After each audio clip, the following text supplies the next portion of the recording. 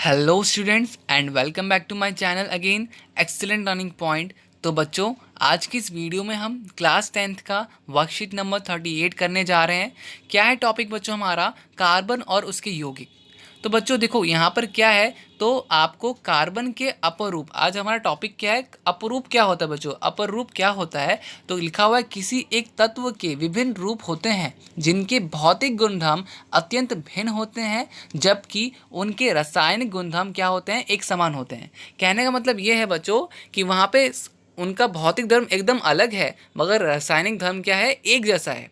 तो देखो हमारे कौन से दो ऐसे तत्व हैं बच्चों, तो आपका ग्रेफाइट हो गया और हीरा हो गया। बच्चों हीरा आप सब जानते होंगे क्या होता है, तो बेसिकली एक आभूषण आभूषण होता है जो कि महिलाएं उसका इस्तेमाल करती है। और ऐसा नहीं है कि महिलाएं सिर्फ, लोग जो जेंट्स वगैरह होते हैं वो भी हीरे की अंगूठी पहनते हैं और आपका चेन वगैरह पहनते हैं।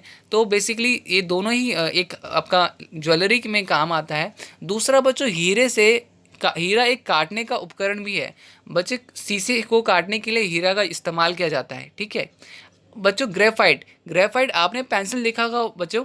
पेंसिल क्या होता है, पेंसिल के नीचे में जो काली काली नोक दिखती है आपको, वो ग्रेफाइट ही होती है। ग्रेफाइट से ही बनती है पेंसिल की लीड, ठीक है। और स्नेहक, ये हो गया बच्चों। अगर बच्चों मैं चालकता की बात करूं, चालकता क्या होती है कि क्या ये आपका क्या कहते हैं, इलेक्ट्रॉन्स का सुचालक है। तो आपका आंसर होगा ग्रेफाइट जो है वो मुफ्त इलेक्ट्रॉन का कारण सुचालक है, ठीक है। इलेक्ट्रिसिटी और आपका क्या कहते हैं, हीटिंग का जो सुचालक है वो। बट अगर मैं हीरे की बात करूं तो वो क्या है बच्चों, कुचालक है, ठीक है। आबंध, तो बच्चे कार्बन के प्रयुक्त परमाणु का आबंध कार्बन के 3 परमाणु के साथ होता है।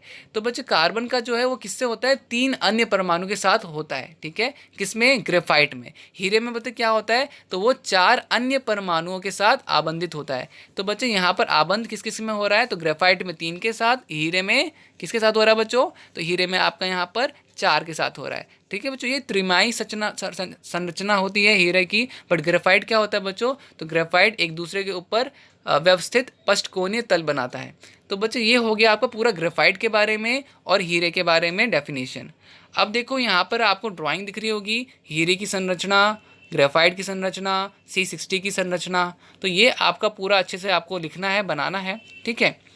तो बच्चों ये आपका पूरा चीज़ है और हम आधी चीज़ें क्वेश्चन आंसर में क्या कहते हैं, कंप्लीट कर लेंगे। तो आपको उसके लिए कुछ दिक्कत लेने वाली बात नहीं है। तो बिना किसी टाइम वेस्ट किए बच्चों क्वेश्चन आंसर स्टार्ट करते हैं। तो बच्चों आपका पहला प्रश्न है, कार्बन सर्वोत्मुखी की प्रकृति क्यों दर्शाता है। तो इसका उत्तर होगा, कार्बन सर्वोत्मुखी की प्रकृति को दर्शाता है क्योंकि कार्बन कार्बन के दूसरे परमाणु के साथ एकल, दोहरा तथा त्रिबंध बना सकता है। तो बच्चों सिंगल बॉन्ड भी बनाता है, दोहरा बॉन्ड भी बनाता है और त्रिबंध, ये तीनों तरह के बंध वो बना सकता है, बंधन बना सकता है। साथ ही लंबी श्रृंखलाओं का निर्माण कर विभिन्न यौगिकों को बनाता है।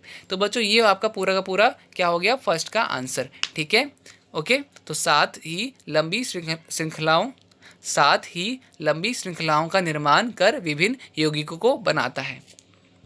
प्रश्न 2, कार्बन के परमाणु अधिक संख्या में यौगिक क्यों बनाते हैं। तो उत्तर है बच्चों, कार्बन के छोटे आकार, मजबूत संयोजी आबंध, श्रृंखलन व चतुसंयोजकता के विशिष्ट गुणों के कारण कार्बन अधिक संख्या में यौगिकों का निर्माण करते हैं, ठीक है बच्चों। तो ये आपका हो गया प्रश्न नंबर 2।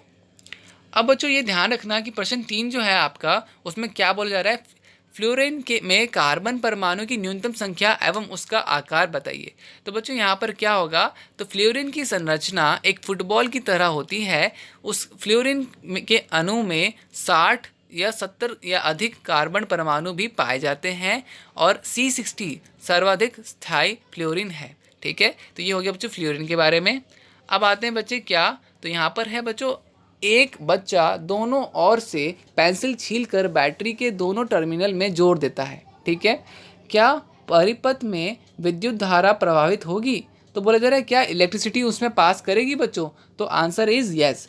क्या होगा बच्चों, हाँ, परिपथ में विद्युत धारा प्रभावित होगी क्योंकि पेंसिल क्या है बच्चों, पेंसिल का लीड ग्रेफाइट का बनता है और ग्रेफाइट विद्युत का अच्छा सुचालक होता है। तो बच्चों ये हो गए आपके पूरे के पूरे क्वेश्चन आंसर्स आज के। उम्मीद करता हूँ आपने सारे क्वेश्चन आंसर अच्छे से नोट डाउन कर लिए होंगे। अगर बच्चों वीडियो अच्छी लगी तो प्लीज़ वीडियो को लाइक शेयर कमेंट ज़रूर करिएगा।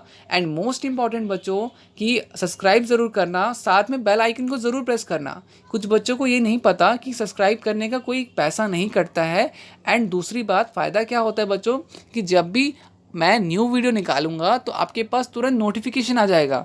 बस हाँ, आप बेल आइकन ज़रूर साइड में प्रेस कर देना, ठीक है। तो इससे चलो बच्चों आज की वीडियो में इतना ही, बाकी मिलते हैं नेक्स्ट वीडियो में। ओके।